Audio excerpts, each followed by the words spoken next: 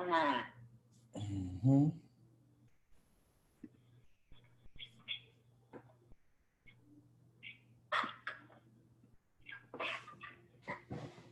Okay, you get it?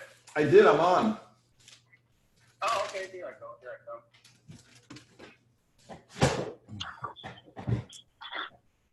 Wow, nice. How's the lighting? Looks good. You look warm and real nice. All right, I'm gonna hang up my phone here. Oh yeah. Okay. I'm gonna turn it up. Hold on. Here we go. All right, I got it turned up. All right. So let me just see something here. Go dark. All right. Here we are. Here we are. Yes. With my brother Eric Majeski, the recovery alchemist. And I'm Tony, the love warrior. All right, all right. Yeah. We were actually talking today about having, we were having a conversation about the solstice being the darkest night of the year, and what that can symbolize, what it might mean to some people. And it can get pretty deep pretty quick. What do you think? I think it can get pretty deep pretty quick. And yeah, it's the solstice. It's the shortest day of the year, you know, in terms of the amount of light. And so it's like represents going within, you know, and just like the winter season, it's a time of, you know, hibernation, going in. And when we think of that dark, you know, what comes up for me is, you know, I think of the mother's womb and you know, that dark space, that space where things are born, you know, ideas, creativity. You know, I have a history of working with a Native American elder, and you know, we just did a sweat lodge a couple days ago, and that too, you know, is symbolizes the mother's womb. You go in to be rebirthed, you know, so it's a time to go within, you know, and then, you know, in a few months we'll be talking about the spring and new birth and new creations and things emerging again. But for now, it's a good time just to reflect, especially this particular one, you know, as you know, it's the end of the decade, you know, it seems pretty significant. There's a lot of completion. And just a good time to take some inventory of things, let go of what doesn't serve anymore. I agree with you. I think it is like very much time to take stock, see what serves, what doesn't serve any longer. And also, you know, it's probably a good time for planting seeds as well, right? And letting them kind of stay in the darkness and germinate. I really like that. I get a visual when you say that of, you know, tilling the soil, you know, turning the crap into fertilizer, you know, like just like there's different metaphors that you can use with the, you know, the darkness, which, you know, helps depersonalize it. You know what I'm saying? It's like, sometimes when I'm going through something heavy in life, you know, or dense, or, you know, some people would say dark, you know, it's just, it's not bad. Right. Because dark can be scary. Like it, you know, there can be fear come up or worry or all these emotions. But if I recognize and witness, oh, things are just a little dark, which just means a lack of clarity. Like you're in the unknown. And so it's like, I get this visual of, you know, darkness of just like deep in the earth. So when you said plant seeds, you know, where I went with that was just like, oh, we're just planting deep roots. Yeah. And the darker it is, the deeper the root, you know, the stronger the foundation. Yeah. the darker the berry, the sweeter the juice. I never heard that one, but all right. Yeah. Here we go. Uh, and speaking of like that sweetness, you know, it can be, you know, as we were kind of alluded to, it can be scary to look into the dark, to look into the unknown. And sometimes it is, as you mentioned earlier, like this darkness that is, it's with all of us. Mhm. All of us interact with the dark, whether we admit it or not. What did you say? You were saying something about bypassing the cult of Positivity, you know, yeah, hey, I love the love, I love the light. But we can also use that to escape, you know, and to bypass, you know, these things that we have underneath, you know, putting on a right. face, putting on a mask, acting a certain way when we're feeling another. And it doesn't mean we have to go around, you know, as the open wounds, you know, we want to cultivate safe spaces to, you know, process our authentic true selves with people. But yeah, like there is a certain bypass that, you know, I've seen, you know, previously in myself, but also in some of the, you know, consciousness communities. And I think we were talking earlier about a Carl Jung quote that it's a favorite of mine. It's like, until we make the unconscious conscious, which is just to say, until we make the dark the light, and to bring the dark into the light, until we make the unconscious conscious, it will direct your life and you will call it fate. Right. Yeah. Like we're not in control, or we're not empowered to, you know, choose our realities. And, you know, with respect to, you know, there are systemic, you know, imbalances and things that, you know, we have to deal with, and some people have to deal with more than others. You know, we still, you know, have some choice in creating this life. And I've found for me, it's most empowered when I am integrating those dark spots, those blind spots. Yes. Speak to that. How do you, and I mean, I want to open that up, because like a lot of times people, first of all, you know, I would imagine can go like, well, first of all, how do I confront the darkness within me? And then how do I integrate it? You know? So, I will say, just in terms of like, in my own experience, I have been in deep meditation, and have had some experience where I was naming off some of the things that I don't like to look at. And I often like will recommend to my clients, like when they come in and they're in distress and they don't know why, or something just feels off, you know, and just to ask them point blank, what is it that you don't want to look at? And something usually comes up. And what was coming up for me, without getting into specifics in this moment, because I don't know if I can remember exactly, but it's like, oh, yep, I do have jealousy, or I want to be a kind, or nice, and appease, you know, and I don't speak my own truth. But the way that it was coming up, and I was actually speaking, was, yep, I am that, I am that, I am that. And in the same moment as this was coming up, the space was made where I heard, I am speaking the name, one of the names of God. I am that, I am that, I am that, I am. And I think in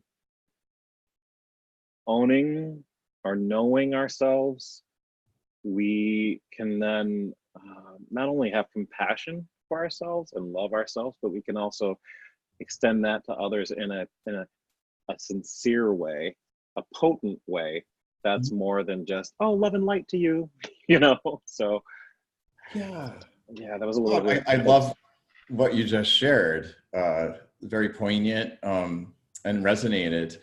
Yeah, there's so many examples or ways we can go with this, but what comes up for me right now is just like, there's a shadow for every light, it's the yin yang energy, the light and the dark. So even it's just not being static or absolute. Like I have a vow of service. I serve, right?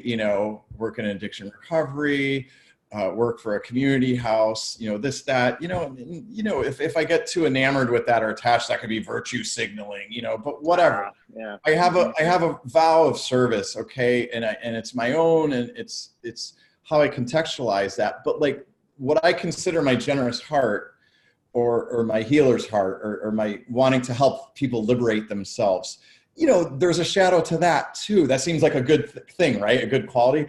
But if I'm not present, with my own, the people, there's a people pleaser in there. At one point I was seeking people's approval, with that. Now it's like, fuck that. I do it because I want to, because I choose to. And it's every time I try to get away from it, the universe brings me back, which is another Jungian thing where it's like, just a quick segue, this is central to my work in healing and recovery is Carl Jung called our genius, we all have a genius. We all have a creative genius. It's called the daimon, right? Daimon. And he said, if we don't express that into the world, our creativity, it morphs into a demon. Yes. That's the shadow. And we're not here to demonize the demon either. We're here to look at it. Oh. And so this is my work in addiction recovery. We look at addiction with curiosity. We look at it with love, no judgment, no shame, no blame, no guilt, no stigma. What's left? Information. Ta-da! Oh, I'm the people pleaser. Maybe I shouldn't do that. Maybe I should just do it because it's what turns me on, and it fills my cup. Yeah. And, so it's like the same thing, but a different vibrations, you know what I mean? And so one's a demon, one's my genius. Yeah. And another question would be like, what is it in me that needs to please people, that wants to be accepted?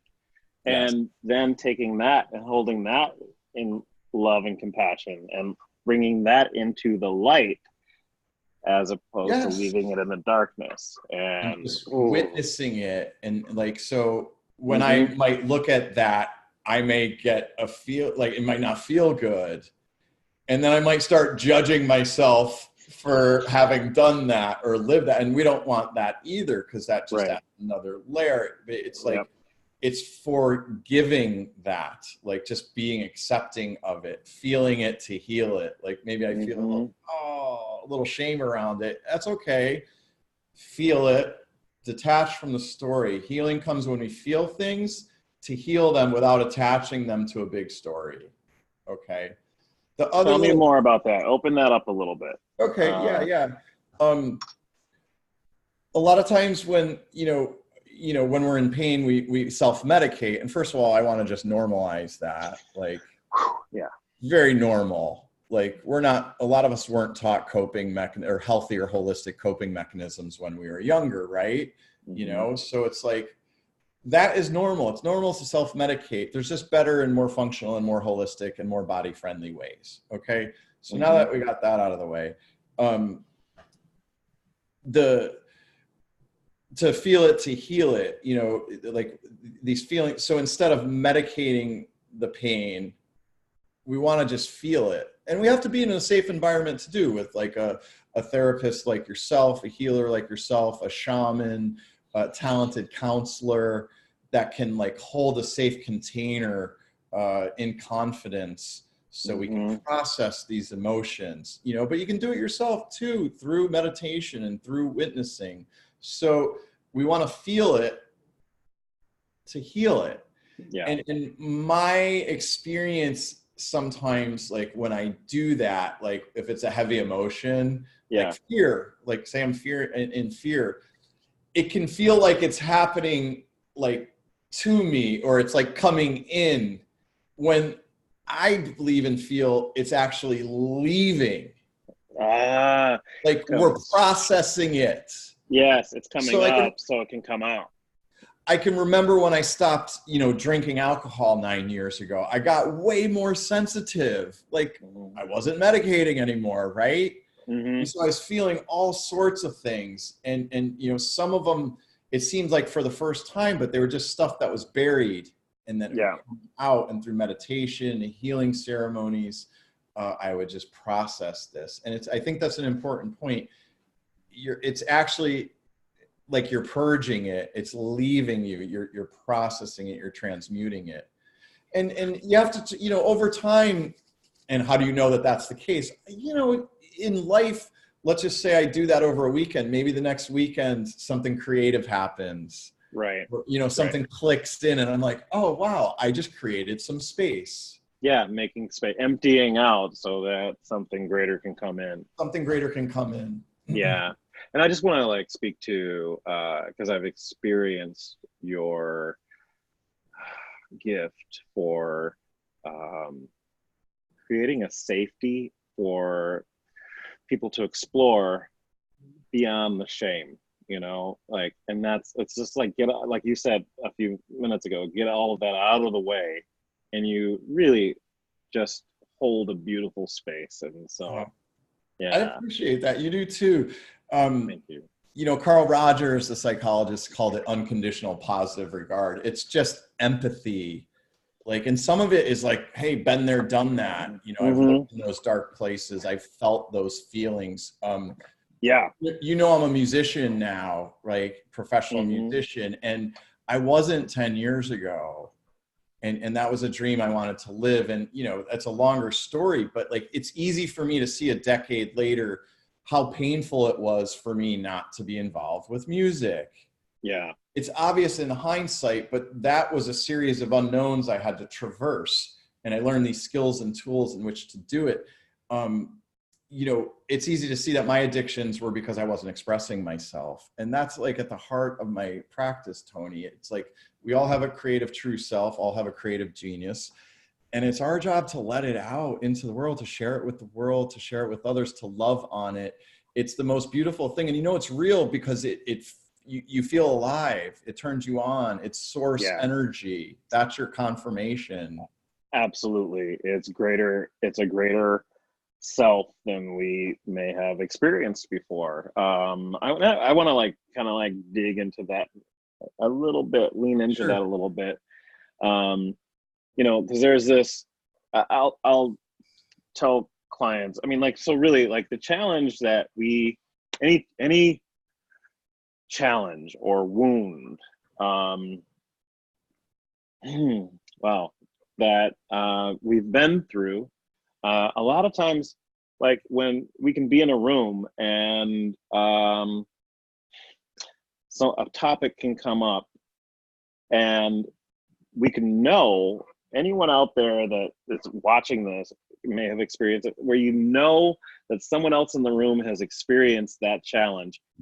And it's just a knowing because we've also experienced it, or there's something in common. So it's like, oh, yep, I can tell that so-and-so's been through X, Y, and Z. I have too. And that connectivity, that there's a gift there, I think, as we begin to heal through these challenges, heal from these wounds, that same connectivity, that vulnerability that opens us up to. I know what that's like to feel X, Y, and Z. That's another thing of knowing ourselves that allows us to connect with others. It allows for greater intimacy. And in that intimacy, we can lift each other up, and we can, and there's no like race or like, oh my gosh, so-and-so did this, and that means I'm better, I'm worse, or I'm not, our world right now. And I want to go off on too big of a tangent on this, but our world is really on this Western model of I came, I saw, I conquered, and it's so much competition, and there's so much inherent shame built into this model, this way of being, so that people think that they actually are their income, or they are the car they drive. Right.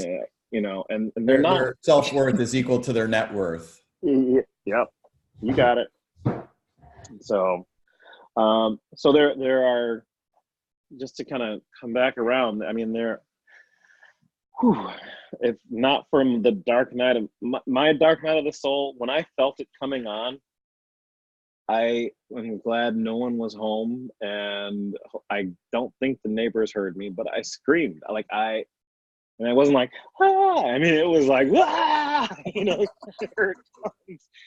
please don't let this happen. And as it began to unfold and happen, yeah, it was painful, but it also cleared things so that I could do what I feel alive doing, what I'm here to do anyway. The true Tony emerged, the healer, the facilitator, the person I'm sitting in front of right now, and sometimes it takes pain to unlock that in us, and in that way, pain can be initiatory.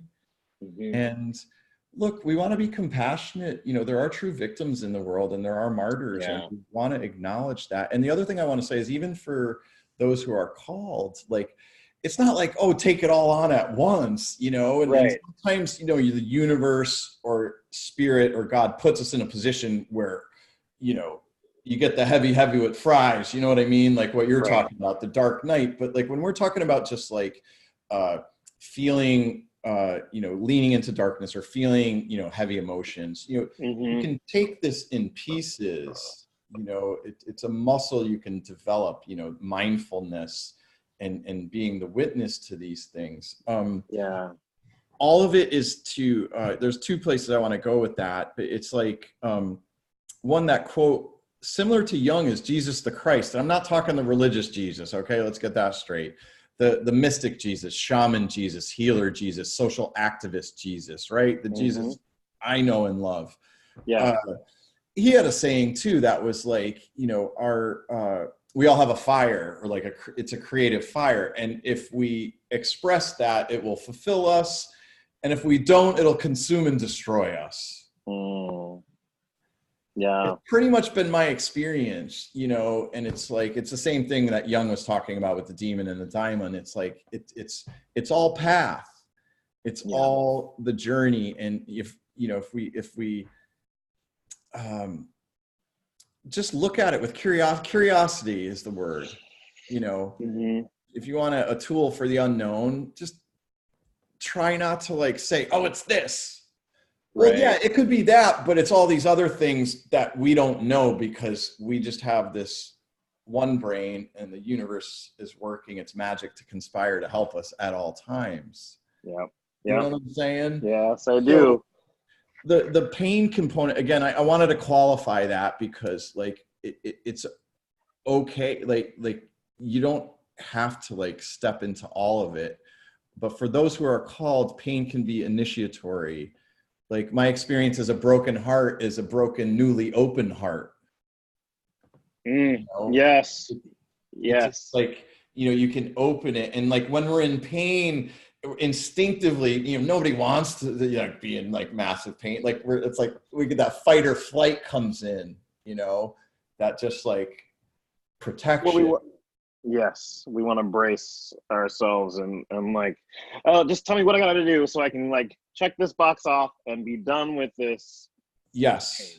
Yes. Or grab the medication, or bypass it, escape the pain. Yeah. Go ahead.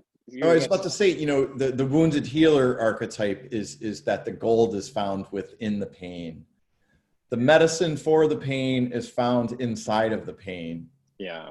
But to find the medicine, you got to look inside the pain. Yes. You can't power or you got to. And so how do we get out of fight or flight? Because if I'm in pain, my first thing is oh no, I don't, it's just that's where the energy mastery tools that you and I teach can come in handy. Yeah. We will be doing a series on energy mastery coming shortly. So you do your yoga, we do the breath techniques, the life hacks, the little Jedi techniques to get us out of that fight or flight response and into a rest or digest or a mindful witnessing response. You said a mouthful. There's, you know, and sometimes there's a couple of things I want to like just touch on. Like sometimes people are like, hey, I'm in touch with my pain. I get it. All right. And how do I get out of it? And sometimes we do this, another Jungian term, regressive restoration of a persona adaptation, because it's what we're familiar with. It means like, so we can be trying to get out of the pain or trying to get away, or get out of our own way. And we can make like a couple of steps forward, and then all of a sudden it's like, oh, I'm back where I was. But we're not exactly back where we were as long as we stay curious, like you said. It's just that our mind sometimes doesn't know what it looks like to be in a different situation. So a friend of mine's mom used to say, get off the cross, somebody else needs the wood, you know? Yeah, snaps up. The other thing I want to touch on briefly is just sometimes it's not about pain, but it's about not bypassing, or it's about owning our shit. Yeah. So like one thing that Christ, Buddha, Mohammed, and Aristotle all said that is in common was know thyself. Yeah. And that's part of the gift of this season when we go into darkness, is that we get a chance to know ourselves. And it doesn't have to be all like walking over hot coals or sleeping on a bed of nails, you know. It could be like Netflix and chill. It could be like, totally. I'm just withdrawing and taking care of myself. This call's called Sage Play, and you know, I know sometimes we like to do deep dives together and really get into the nitty gritty, but it is to me about finding that which turns you on. And it's okay to go on a Netflix binge if that's what you need for your integration, to decompress, to unplug. These are all forms of integration. Do you know what I mean? Yes. Like I would say all things in moderation in this way. You know, it's just like sometimes we need a break, you know, 2 steps forward, 1 back, or 1 sideways to integrate. You know, I like that you brought that in, because we do talk about like a lot of, you know, this is, it can be serious. I don't want to say serious, just heavy, in-depth work involved. And I think it's important to maintain that sense of play. And to me, play and curiosity are kind of synonymous, or at least they're cousins, you know. Yeah. Something that comes up, I don't know if this is like exactly relevant, but well, it's relevant, but not that you asked, no.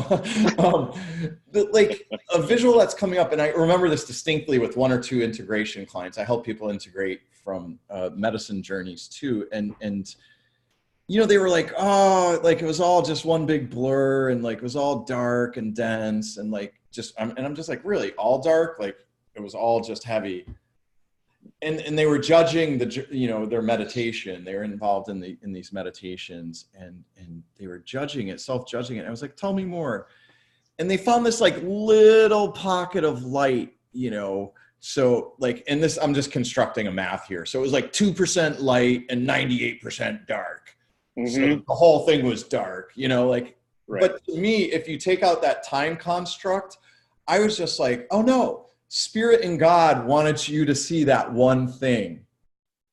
So they made the rest of it dark to just illuminate that, like, you know, the financial executive who wants to be a fireman, but won't let himself, you know, or, you know, the person who just, and I was this person, just lets their guitar sit on the stand for years.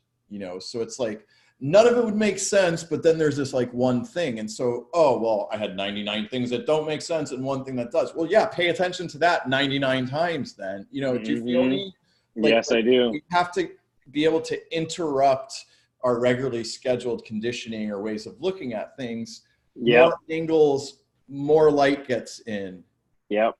And this is the job of a coach or a counselor or a transformational guide, is to just sometimes paint a menu for us, to just, hey, what about this? Hey, what about that? Show a different perspective, interrupt the old conditioning, the old beliefs. Yes. Like you did it with your question earlier. What was that question you asked? Like, what are you not wanting to face or look at? Yeah.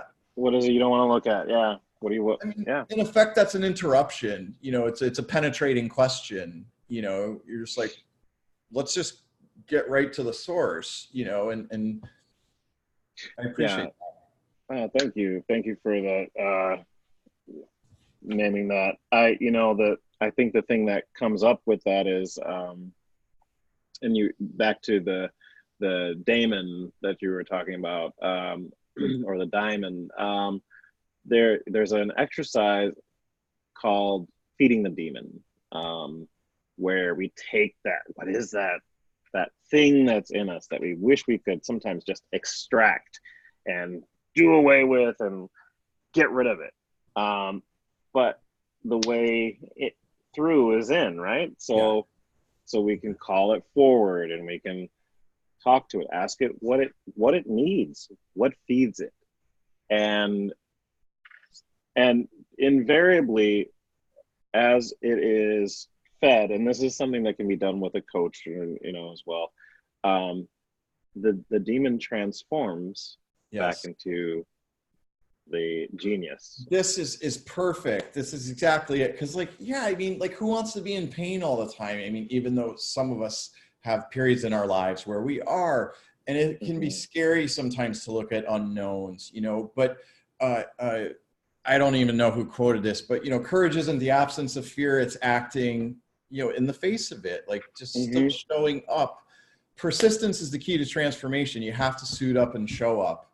And that I'm also reminded of, we've spoken this Reverend Michael Beckwith quote before, you and I, and it's something like, let your pain push you until your vision can pull you.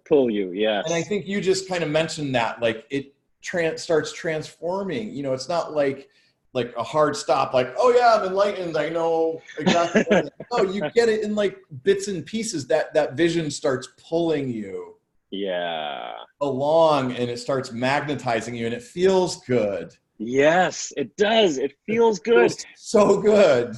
Yeah. And thank you for naming that, because it's like it's those things that feel good are the things that give us clues, right? So if we stay curious and it's like, oh, that feels good, that's calling me, we can move along toward it without even getting caught up in our heads. And there's other ways as well. We don't have to do it all through talk therapy. It can be done through body therapy. It can be done through ceremony. It can be done, and you can help people get out of the story, and to what's real. And I love to be able to do that too. How can people find you to work with you? I do individual intuitive and spiritual counseling sessions with people. I also work with people on breaking soft addictions, transform a habit in 30 days.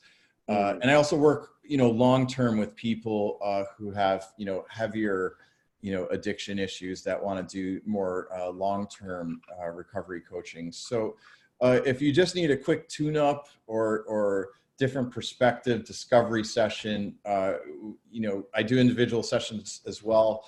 www.recoveryalchemist.com, recovery, ALCHEMIST.com. I'm getting ready to launch the new site. So until that time, you can also find me at Facebook, Recovery Alchemist Healer page. My name's Eric Majeski. Email is eric, eric.majeski, majeski @gmail.com. Feel free to reach out. I would, especially this end of the year, a lot of people have New Year's resolutions. I don't like the word expert, but I'm very adept at helping people through life transitions of any sort, and that includes in the recovery world, but it's not exclusive to that. Just any life transition, new job, new career, new living space, you name it, going from one place to the other. So Yeah, I'd be and happy to serve. Yeah.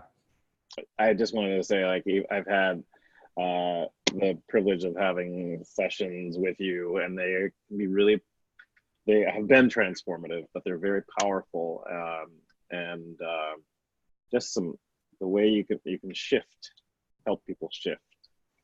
We all have an inner teacher or an inner healer out, inside. So it's like I'm just the facilitator and the conductor, helping, assisting, reflecting, and mirroring. I help people find their answers within. And my best testimonials are just that, where people say they were guided. And even the people I've worked with long term, it's my greatest joy to see them like outgrow me, and then they start teaching me things, and it's really cool when that cycle starts happening. So it's my joy. Love that. And I love also, thank you, I love the that we get to be Jedis together, and yes, make them proud.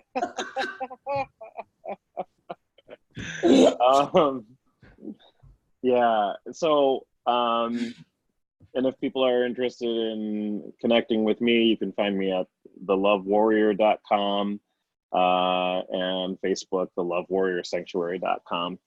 And wow, there's much more to come. But it's been an honor talking with you, Eric. Anything you want to say in parting? Anything that we should leave folks with? I've got one thing. But I'll just say that I too have experienced your work, incredible body work, a lot of guidance, and yeah, thank you for that. So I just wanted to reflect that testimony back. And yeah, I would just say to people going through stuff, it's been, there's always ups, downs, and all arounds, but it has been particularly heavy this year. And I'm not just on the political landscape. We are processing some pretty major energies. And I mean, this is for another discussion, but it's like there's collective and ancestral wounds coming up. Some of the most adept, healers and counselors that I know are really being gut checked through this last 4 to 6 months. And I believe we're all, just being prepared for, living our true self life. So I just want to just encourage everyone to be gentle with yourself, love yourself through, the pieces will come. Just keep showing up, suiting up and showing up. And yeah, you'll find it. Thank you. That's beautifully said. And I'm going to say, I'm reminded of our friend and one of our mentors, Kurt Hill's saying. He says, so if, and I'm going to preface it with, if our consciousness is the light, right, then light can enter into darkness, but darkness cannot penetrate light. And so hold fast to that light. Yeah. And I want to thank you for spending this time, and see you soon. Peace, brother.